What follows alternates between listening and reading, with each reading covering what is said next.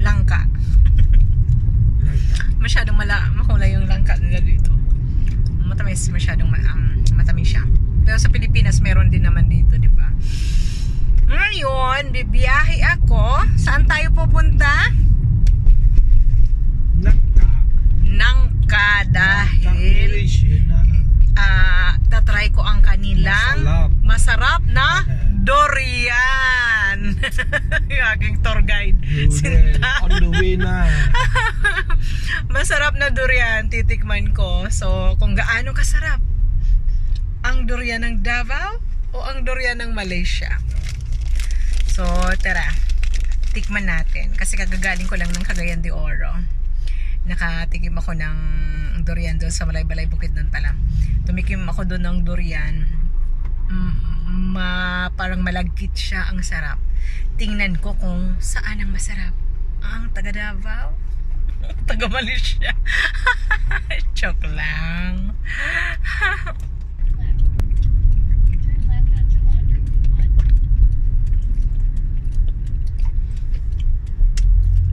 Yung kanilang ways dito, akala ko magkaibang pronunciation. Parehas din lang pala sa Pinas. Guys, nandito ako sa Kauchalama dahil titikman ko ang kanilang durian. Titikman ko kung gaano kasarap dito ang durian. Kung mas masarap pa sa Pilipinas, sa Davao, o dito sa Malaysia. Kaya saan ang mas matamis?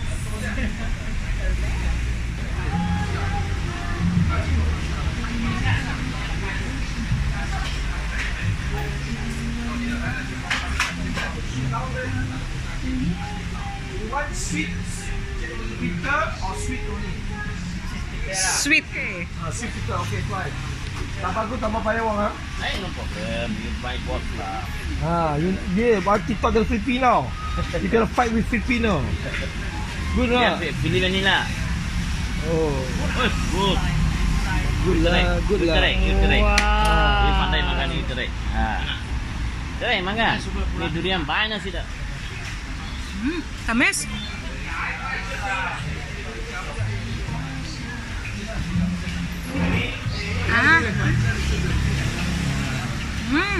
Good. Sticky rice. Sticky, not like Davao. Davao not good.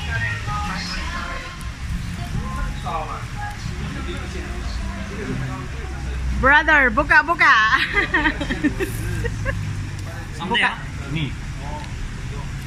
Durian banyak sih dah. Oo. Yan.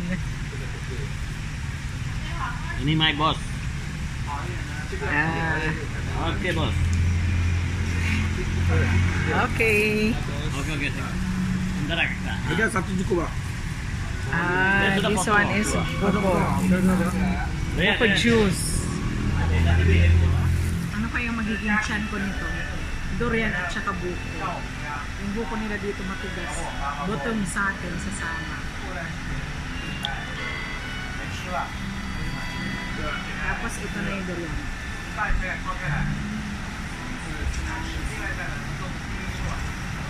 Makunat, yung malagkit siya.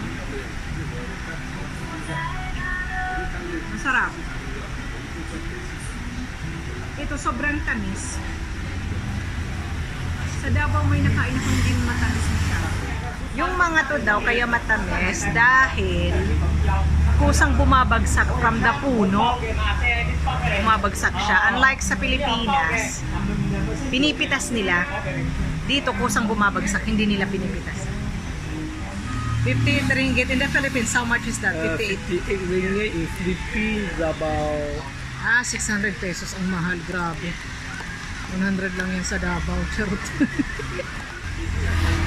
Ito siya guys. Ito yung store nila. Gilid lang siya ng kalsada. Ayun. Tapos pwede kayong dumaan dito dahil may mga table sila na pwede nyong kainan, pwestuhan. Ayan yung mga table. Bawat table may sariling basurahan. Para pagkatas nyo kumain, itatapon nyo na lang dyan. So we're leaving now. So masarap naman. Masarap yung durian nila.